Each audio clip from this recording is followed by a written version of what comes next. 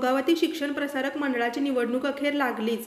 बिनविरोधाची चर्चा करत असतानाच जागा वाटपाचा तिढा न सुटल्याने व सत्ताधारी आणि विरोधकांमध्ये एकमत न झाल्यामुळे अखेर सभासदांना निवडणुकीला सामोरं जावं लागणार आहे.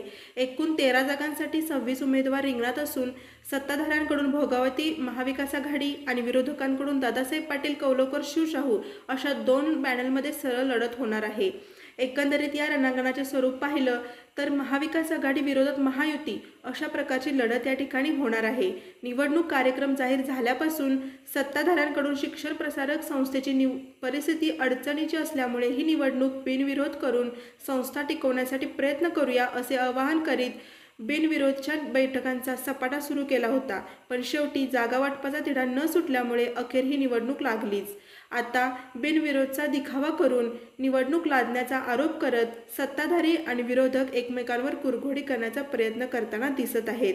पण येणाऱ्या 10-12 दिवसात जे पॅनल संस्थेचे हित जोपासण्याची आपली भूमिका स्पष्ट करणार आणि ती तळागाळातील सभासदांपर्यंत पोहोचवणार तेच या निवडणुकीमध्ये यशस्वी होणार असं दिसत आहे.